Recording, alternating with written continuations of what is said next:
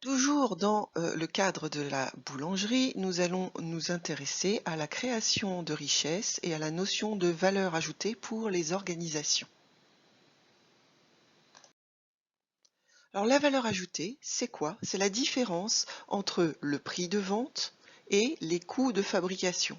Je reviens à la boulangerie, une baguette à 1 euro. Elle a coûté 30 centimes de farine et 15 centimes d'énergie, soit 45 centimes. Eh bien, la valeur ajoutée de la baguette, c'est tout simplement 1 euro moins les 45 centimes de coût de fabrication, donc à savoir 55 centimes. Donc la valeur ajoutée correspond à la valeur que prend un produit entre l'achat de ses composants et sa vente. La valeur ajoutée va être à différents niveaux. On va prendre l'exemple d'un repas qui est pris par vous et moi au restaurant. On va d'abord commencer par un producteur de légumes, l'exemple. Lui, il va acheter des graines et il va devoir arroser. Ça va lui revenir en moyenne, admettons, à 80 centimes le kilo de carottes.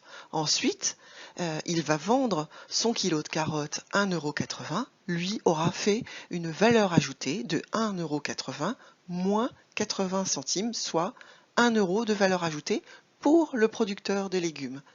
Donc il aura vendu ses carottes 1,80 € au restaurateur. Lui, le restaurateur, il aura acheté ses carottes, plus de la viande, plus du beurre, plus du vin, etc. Au total, il aura eu pour 8 € d'achat pour faire un plat de bœuf bourguignon. Et ce plat de bœuf bourguignon, il va le mettre à la carte à 14,50 €. Donc sa valeur ajoutée à lui sera de 14,50 € moins 8 €, c'est-à-dire qu'il aura fait 6,50 € de valeur ajoutée, qui est la différence entre la vente et le coût de revient. Et enfin, eh bien, le client, lui, il aura acheté son plat de bourguignon 14,50 €, mais il ne génère pas de valeur ajoutée puisque ce plat, à part le digérer, il n'en fait rien. Alors, que devient la valeur ajoutée qui a été créée par une entreprise? Comment elle va pouvoir elle-même s'en servir? Eh bien, elle va pouvoir, par exemple, donner des primes. C'est ça qui permet de donner des primes aux salariés. Évidemment, plus il y a de valeur ajoutée, plus on peut se permettre de donner des primes aux salariés.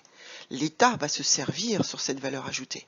Comment? En récupérant ce qu'on appelle la TVA, la taxe sur la valeur ajoutée. Justement, quand on paye 20% de TVA, eh bien, on paye 20% sur cette valeur ajoutée. Ça va être également récupéré pour payer les impôts sur les sociétés, IS, impôts sur les sociétés de mon entreprise qu'elle va verser à l'État. Quand on a une entreprise qui est soutenue par des actionnaires, les actionnaires vont récupérer également de l'argent en se versant des dividendes à partir de cette valeur ajoutée. Quand mon entreprise a pu être créée ou grossir grâce à des emprunts bancaires, eh bien, la valeur ajoutée va permettre aussi de rembourser les emprunts qui ont été souscrits auprès des banques. Et bien entendu, s'il reste encore de l'argent pour mon entreprise, eh bien, dans le cas de ma boulangerie, je pourrais réinvestir pour me développer, avoir une plus grosse boulangerie ou ouvrir une deuxième boulangerie un peu plus loin. De toutes ces valeurs ajoutées, il en ressort quelque chose qui s'appelle le PIB, le produit intérieur brut. Le PIB, c'est la somme de toutes les valeurs ajoutées de toutes les entreprises.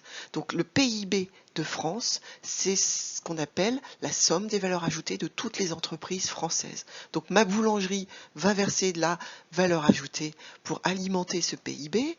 D'autres entreprises, les stations-service, les grandes entreprises, des crèches, des EHPAD, etc., etc. Tout le monde va créer de la valeur ajoutée et tout cela sera versé dans ce qu'on appelle le PIB de la France, qui donc est la somme des valeurs ajoutées de toutes les entreprises françaises.